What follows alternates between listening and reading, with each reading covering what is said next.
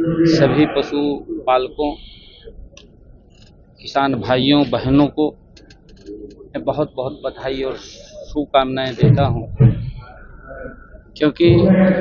पशु हमारा एक परिवार का सदस्य है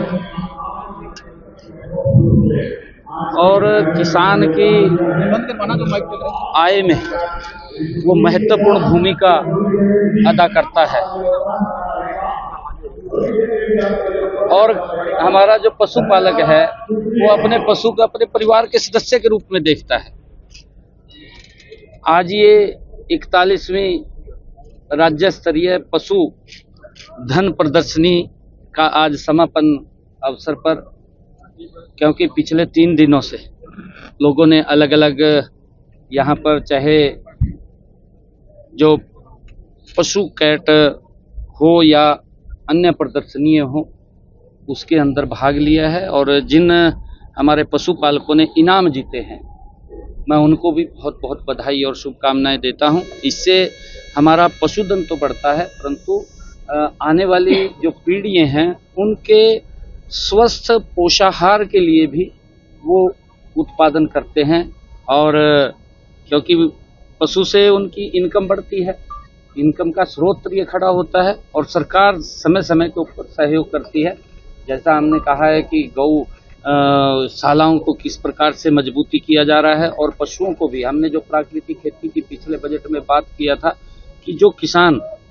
प्राकृतिक 1 एकड़ तक अपनी खेती करेगा तो उसको 30,000 रुपये एक गाय के लिए देने का काम हम करेंगे, और जो हमारे पशुपालक हैं जो अच्छे जो इनाम लेते हैं उनको भी प्रोत्साहन के रूप में 40,000 रुपये देने का काम हमारी सरकार करती है। सीएम साहब, पशुपालक है जो उनका कहना है कि जहाँ यहाँ पर पहुंचे बहुत अच्छी व्यवस्था बनाई गई है, और ये जो मेले हैं सरकार की तरफ से लगते रहने चाहिए, और मेरे को बड़ा आएंगे आप आने वाले समय के अंदर, क्योंकि बहुत सुझाव लोगों के हमारे पास आए हैं। जब हमारा बजट सत्र आएगा उसके अंदर बहुत कुछ आप सुनने को भी मिलेगा, आपको जानने को भी। राणा जी ने कुछ सुझाव दिए हैं खनों के लिए? हाँ, राणा जी ने बिल्कुल अच्छा सुझाव ये दिए हैं, माननीय मंत्री जी को, इन्होंने केंद्रीय मंत्री को दिए हैं, और वो उसमें इसको शामिल करें तो अच्छा है बीमा के अंदर। भूपेंद्र सिंह हुड्डा ने कहा है हरियाणा पब्लिक सर्विस कमीशन का नाम बदल देना चाहिए क्योंकि बाहरी युवाओं को भर्ती किया जाता है। देखिए, भूपेंद्र सिंह हुड्डा को अपने समय ध्यान करना चाहिए। उनके समय के अंदर कोर्ट ने क्या बात कही थी, कोर्ट ने कहा था, बाकायदा ऑर्डर है आज भी लिखे हुए कोर्ट के, जो उन्होंने अपने ऑर्डर में शब्द लिखे थे वो शब्द इतने गंभीर हैं कि हर युवा का इनकी सरकार, कांग्रेस की सरकार से वो विश्वास उठा है, भ्रष्टाचार की दलदल में फंसा हुआ है। हाई कोर्ट के जज ने अपने ऑर्डर के अंदर ये लिखा क्या का ये लाले की दुकान खोल रखी है, ये बात कही गई है। उसको ध्यान नहीं है कि इस बात का कि हमारी सरकार में क्या होता था क्या नहीं होता था, किस प्रकार से नौकरियां बिकती थी, किस प्रकार से उनकी सरकार के अंदर माँ बाप को अपनी जमीन बेचनी पड़ती थी, किस प्रकार से कांग्रेस की सरकार में माँ को गहने बेचने पड़ते थे अपने बेटे की नौकरी के लिए, और कहीं से लोन उठाना पड़ता था तब भी नौकरी नहीं लगती थी, जमीन भी बिक जाती थी, गहने भी बिक जाते थे तब भी नौकरी नहीं लगती थी। वो ध्यान नहीं है उनको। फरीदाबाद मेले पर एक घटना का हादसा हुआ है। हाँ, देखिए, कल एक बड़ा जो सूरजकुंड अंतर्राष्ट्रीय हस्तशिल्प मेला वहाँ चल रहा है, वहाँ पर एक दुर्घटना हुआ है, दुर्भाग्यपूर्ण है। मैंने स्वयं उसका तुरंत संज्ञान भी लिया है, और वहाँ हमारे अधिकारी, हमारे मंत्रीगण जो टूरिज्म मिनिस्टर, वो भी वहाँ पर तुरंत हमने कल भेजे हैं, और वहाँ पर उस दुर्घटना में एक हमारे शहीद इंस्पेक्टर जगदीश प्रसाद जो पलवल के चांदहट थाना में पोस्टिंग थे,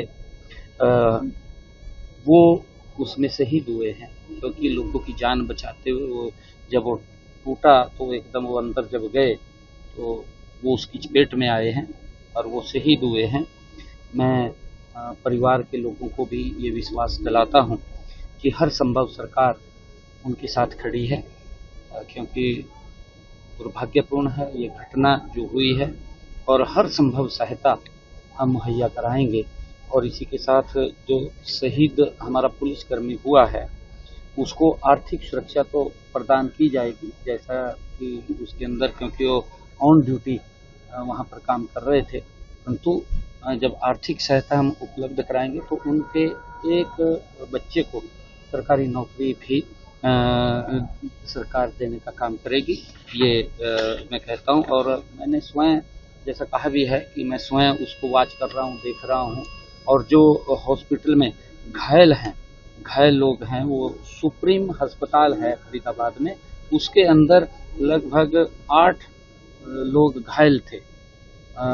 जिसमें से 4 को कम चोटें थी, वो वहाँ से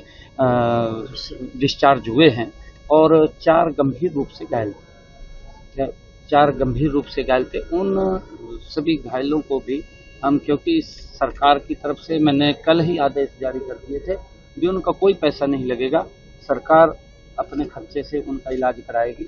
और उन घायलों को 1-1 लाख रुपया देने का काम भी, जो गंभीर रूप से घायल हुए हैं उनको 1-1 लाख रुपया देने का काम भी।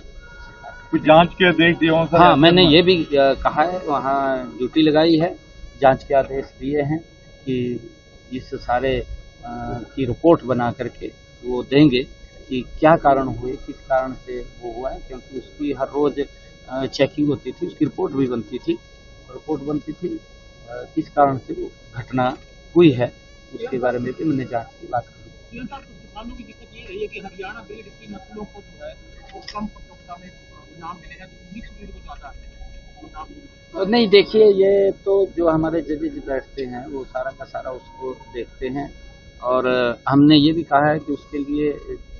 जो जजों के निर्णय होते हैं उसके लिए एक अपील कमेटी भी होती है। आप अपील कमेटी के ऊपर भी अपनी एप्लीकेशन दे सकते हैं, उसके ऊपर वो जांच करके अगर किसी के साथ अन्याय हुआ है तो उसका वो अपील कमेटी निर्णय करेगी, परंतु किसी भी हमारे किसान के साथ अन्याय ना हो उसको लेकर ट्रांसपेरेंसी तरीके से सरकार काम कर रही है। आप देख रहे हैं, चाहे नौकरी की बात हो चाहे किसी और, कोई मतलब ही नहीं है। जिस